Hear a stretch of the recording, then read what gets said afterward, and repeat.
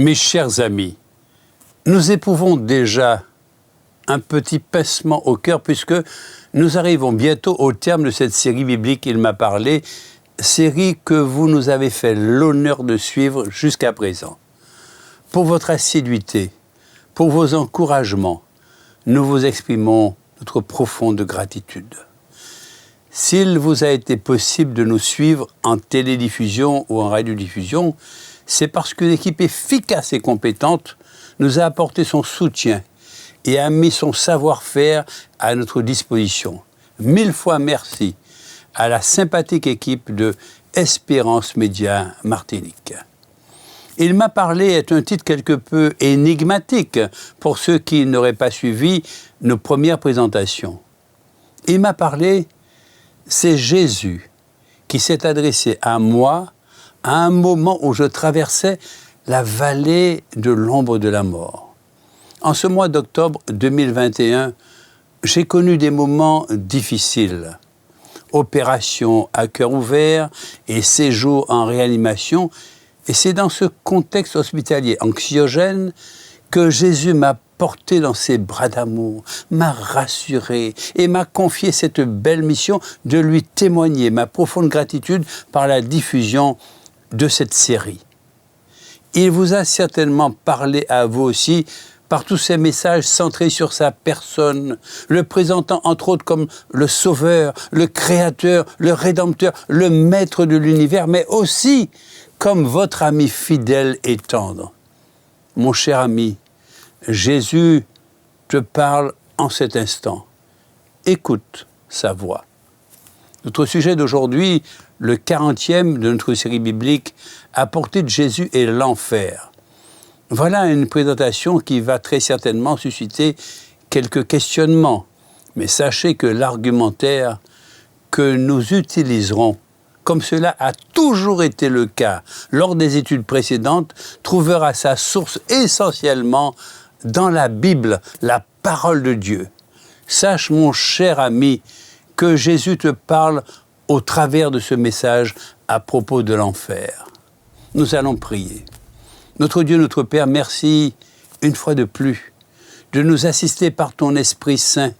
Nous savons que le sujet est délicat, tant les points de vue divergent sur la question, mais nous savons que tu nous aideras à trouver dans ta parole de vie tout ce qui sera utile à l'édification de ceux qui nous suivent. Nous t'en remercions au nom de Jésus. Amen. Définissons tout d'abord le mot « enfer » pour débuter notre présentation et ce qu'il représente pour certaines communautés religieuses. L'enfer, du latin « infernus », qui est en dessous, est selon de nombreuses religions un état de souffrance extrême du corps ou de l'esprit humain après sa séparation du corps, douleur expérimentée après la mort par ceux qui ont commis des crimes et des péchés dans leur vie terrestre. La définition de l'enfer et ses caractéristiques sont variables d'une religion à l'autre et sont parfois sujettes à différentes interprétations au sein d'une même religion. Selon le bouddhisme, l'enfer est avant tout un état d'esprit de l'individu soumis aux désirs et aux passions, tandis que l'enfer ou les enfers désignent aussi simplement le séjour des morts ou d'une partie d'entre eux pour d'autres. Cependant, tout évoque un endroit terrible, et selon certaines qui résident sous terre, dans les lieux inférieurs, l'existence de l'enfer est un dogme pour l'Église catholique, c'est-à-dire une vérité qui ne peut pas être mise en cause. Un équivalent du mot « enfer » est utilisé dans la Bible. C'est le mot « géhenne », dont nous vous donnons ici quelques indications à caractère historique. À une courte distance du sud de Jérusalem, un profond ravin traverse le paysage. Sous les règnes d'Akaz et de Manassé, cette vallée servait de lieu de culte impensable. Les adorateurs de Moloch y déposaient leurs enfants dans les bras chauffés au rouge d'une immense idole d'airain. Ils chantaient et dansaient pour étouffer les cris déchirants de douleur et d'angoisse de leurs petits qui brûlaient à mort. Les Hébreux appelaient cet endroit la vallée de Hinnom. En grec, le nom de la région est traduit par Géhenne. À l'époque de la vie terrestre de Christ, les Juifs utilisaient la vallée pour y déverser leurs déchets, leurs ordures. On y jetait même des carcasses ainsi que les cadavres de parias et de criminels. L'air y était épais et putride. Des feux brûlaient sinistrement jour et nuit. La fumée ne disparaissait jamais du ciel et les feux ne s'éteignaient jamais. La vallée de Hinnom fournit un exemple frappant de la damnation et de l'enfer. Ensuite, il dira à ceux qui seront à sa gauche, « Retirez-vous de moi, maudits, et allez au feu éternel préparé au diable et à ses anges. » Matthieu 25, le verset 41. Les auditeurs de Christ pouvaient facilement imaginer un endroit intolérablement horrible où l'on brûlait pour toujours. En présentant ce sujet, Jésus et l'enfer, nous avons souhaité vous faire connaître exactement le sort final des méchants, à savoir s'ils brûleront éternellement dans le feu de l'enfer, comme le croient beaucoup de religions, y compris des religions chrétiennes, ou est-ce qu'ils seront détruits à jamais? Est-ce que l'enfer existe ou pas? Autant de questions auxquelles la Bible, la parole de Dieu, répondra. Mais tout d'abord, penchons-nous sur quelques textes de la parole de Dieu pour bien comprendre la profondeur de l'amour de Dieu à notre endroit. Car je ne désire pas la mort de celui qui meurt, dit le Seigneur l'Éternel. Convertissez-vous donc et vivez. Ézéchiel, le chapitre 18, le verset 32. Cela est bon et agréable devant Dieu notre Sauveur, qui veut que tous les hommes soient sauvés et parviennent à la connaissance de la vérité. 1 Timothée, chapitre 2, versets 3 et 4. Premier point à établir clairement. Clairement, mes amis, Dieu est amour. Et il ne se réjouit pas du châtiment final que plusieurs subiront parce qu'ils auront rejeté son plan du salut. Il nous invite plutôt à accepter Jésus comme sauveur. Méprises-tu les richesses de sa bonté, de sa patience et de sa longanimité, ne reconnaissant pas que la bonté de Dieu te pousse à la repentance? Mais par ton durcissement et par ton cœur impénitent, tu t'amasses un trésor de colère pour le jour de la colère et de la manifestation du juste jugement de Dieu qui rendra à chacun selon ses œuvres. Romains chapitre 2, les versets 4 à 6. Dieu est amour. Il est amour, certes, mais il est aussi justice. Si nous refusons son plan de salut en Jésus-Christ, il n'aura pas d'autre choix que de nous laisser récolter les conséquences de notre décision et de mourir dans nos péchés. Il en sera de même à la fin du monde. Le Fils de l'homme enverra ses anges qui arracheront de son royaume tous les scandales et ceux qui commettent l'iniquité, et ils les jetteront dans la fournaise ardente où il y aura des pleurs et des grincements dedans. Matthieu 13, versets 40 à 42. La Bible déclare que nul ne va au ciel ou en enfer ou ailleurs après sa mort, sinon dans la tombe, dans le lieu de repos. Tous les défunts sont dans un état comparable au sommeil. Ils sont inconscients, attendant le jour de leur résurrection. Ainsi, le châtiment des méchants n'aura lieu qu'à la fin des temps. Il en sera de même à la fin du monde. Les anges viendront séparer les méchants d'avec les justes et les jetteront dans la fournaise ardente où il y aura des pleurs et des grincements de dents. Matthieu 13, versets 49 et 50. Le Seigneur s'est délivré de l'épreuve les hommes pieux et réservé les injustes pour être punis au jour du jugement. 2 Pierre, le chapitre 2, le verset 9. Quand ce châtiment surviendra-t-il? La réponse de la parole de Dieu est très claire: à la fin du monde, lors du jour du jugement. Et ils montèrent sur la surface de la terre, et ils investirent le camp des saints et la ville bien-aimée, mais un feu descendit du ciel et les dévora. Puis je vis un nouveau ciel et une nouvelle terre, car le premier ciel et la première terre avaient disparu, et la mer n'était plus. Apocalypse 20, verset 9, et Apocalypse 21, le verset 1er. Quant à l'endroit où seront punis les méchants, la Bible répond que ce sera sur cette terre, dont la surface sera consumée par le feu. Par la suite, une nouvelle terre deviendra la demeure des élus.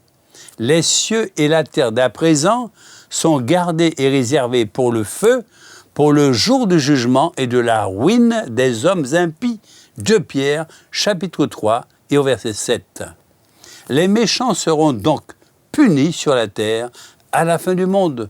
Ceci étant dit, quel sera le sort exact des méchants?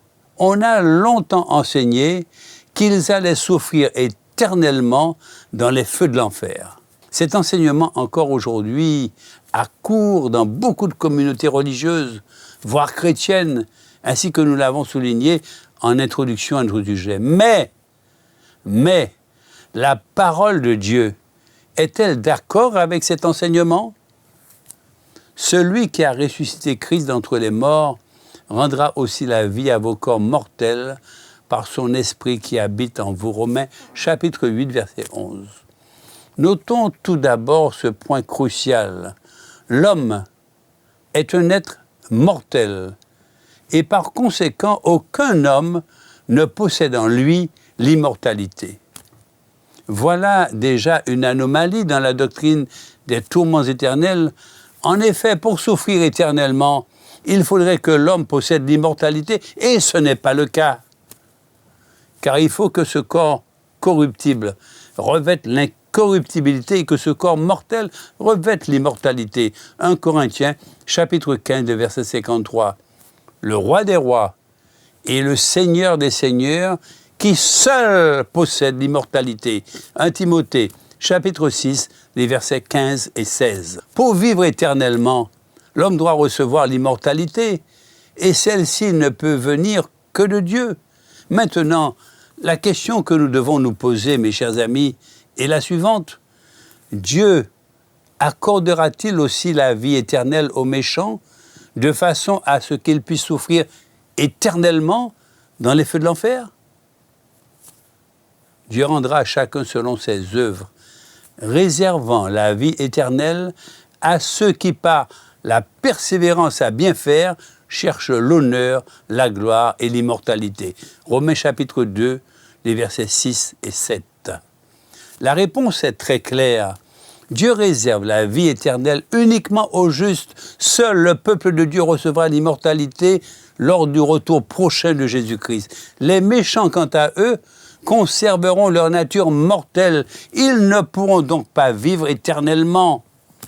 Voyons comment plusieurs autres passages des Écritures confirment ce fait. L'immortalité sera accordée uniquement à ceux qui seront sauvés. Et voilà ce que dit le texte biblique dans le livre de Romains au chapitre 6 au verset 23, car le salaire du péché c'est la mort, mais le don gratuit de Dieu c'est la vie éternelle en Jésus-Christ notre Seigneur. Aucun meurtrier n'a la vie éternelle demeurant en lui. 1 Jean chapitre 3 le verset 15. Notre Sauveur Jésus-Christ a détruit la mort et a mis en évidence la vie et l'immortalité par l'Évangile.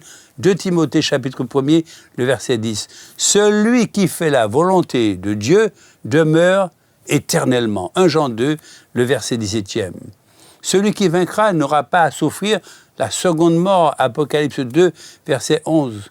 Et voici ce témoignage. C'est que Dieu nous a donné la vie éternelle et que cette vie est dans son Fils.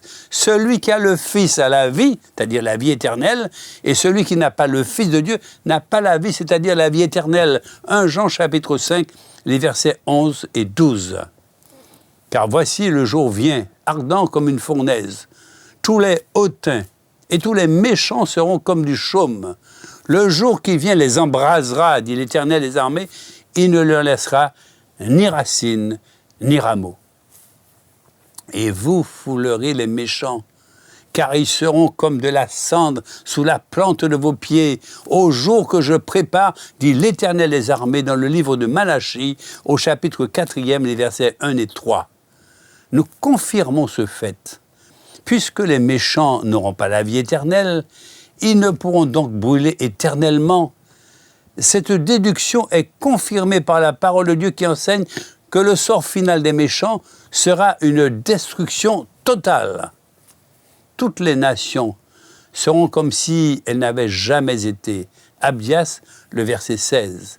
Si les méchants croissent comme l'herbe, si tous ceux qui font le mal fleurissent, c'est pour quoi faire? C'est pour être anéantis à jamais. Psaume 92, verset 8. La Bible enseigne que les méchants seront détruits, anéantis, dévorés, consumés, châtiés, retranchés comme s'ils n'eussent jamais été, et bien d'autres expressions traduisant une complète destruction à la fin des temps. Le châtiment sera donc éternel dans ses conséquences, puisque le pécheur ne reviendra plus à l'existence. Le salaire du péché, c'est la mort, non un supplice éternel en enfer. La Bible enseigne que les méchants seront détruits à la fin des temps.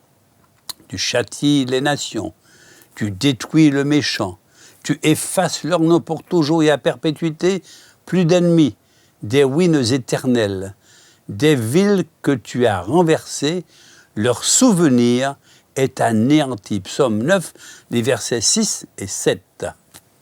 Il fera retomber sur eux leur iniquité, il les anéantira par leur méchanceté. L'Éternel, notre Dieu, les anéantira. Psaume 94, le verset 23. Car il n'y a point d'avenir pour celui qui fait le mal. La lampe des méchants, elle s'éteint. Proverbe 24, verset 20. Voici, le jour de l'Éternel arrive, jour cruel, jour de colère et d'ardente fureur, qui réduira la terre en solitude et en exterminera les pécheurs. Ésaïe 13, le verset 9. Et ceux-ci iront au châtiment éternel, mais les justes à la vie éternelle. Matthieu 25, verset 46.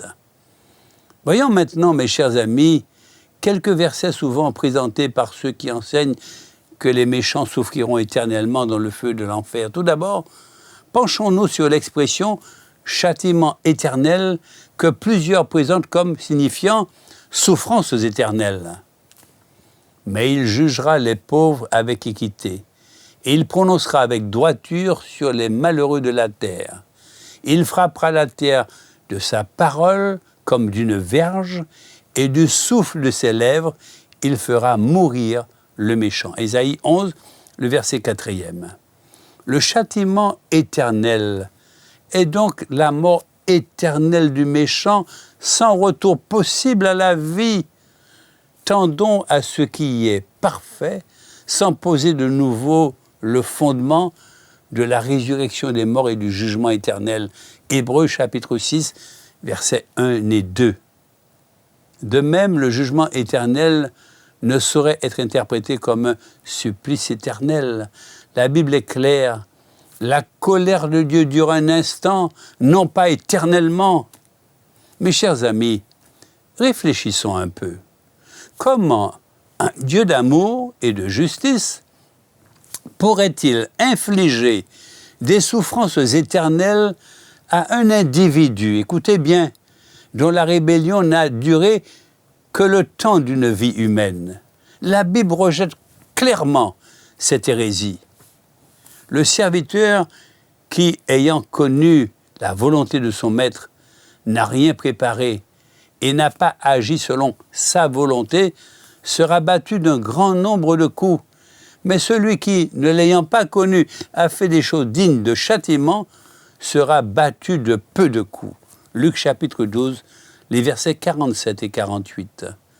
La Bible n'indique pas combien de temps durera la punition des méchants avant leur destruction définitive. En revanche, il est clairement dit que tous seront punis selon leurs actions, les plus grands pécheurs recevant une plus sévère punition que ceux ayant commis moins de péchés.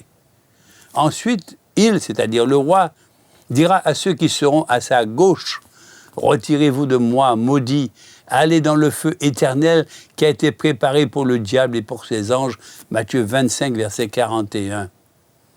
Une autre expression mal interprétée, le feu éternel. Pourtant, la parole de Dieu explique clairement le vrai sens de cette expression. Voyons les versets suivants. Alors l'Éternel fit pleuvoir du ciel sur Sodome et sur Gomorrhe du soufre et du feu de par l'Éternel. Et il détruisit ces villes, toute la plaine et tous les habitants des villes et les plantes de la terre. Genèse 19, versets 24 et 25. Sodome et Gomorrhe sont donnés en exemple, subissant la peine d'un feu éternel. Jude, le verset 7. C'est le feu éternel qui détruisit Sodome et Gomorrhe. Pourtant, ce feu s'est éteint depuis longtemps. Et à qui cette peine servira d'exemple? Dieu a condamné à la destruction et réduit en cendres les villes de Sodome et de Gomorrhe, les donnant comme exemple aux impies à venir. 2 Pierre 2, verset 6. Le châtiment de Sodome et de Gomorrhe indique le châtiment des méchants à la fin des temps. Une destruction complète. Les méchants périront dans un feu qui ne s'éteindra qu'après avoir complété son œuvre de destruction, suite à quoi il ne restera que des cendres. Il y avait un homme riche qui était vêtu de pourpre et de fin lin et qui chaque jour menait joyeuse et brillante vie. Un pauvre nommé Lazare était couché à sa porte. Le pauvre mourut et il fut porté par les anges dans le sein d'Abraham. Le riche mourut aussi et il fut enseveli. Dans le séjour des morts, il leva les yeux et tandis qu'il était en proie au tourment, il vit de loin Abraham et Lazare dans son sein. Il s'écria « Père Abraham, aie pitié de moi, car je souffre cruellement dans cette flamme. » La parabole que nous venons de lire, celle de Lazare et du mauvais riche, est aussi présentée pour prouver que les méchants vont en enfer aussitôt après leur mort.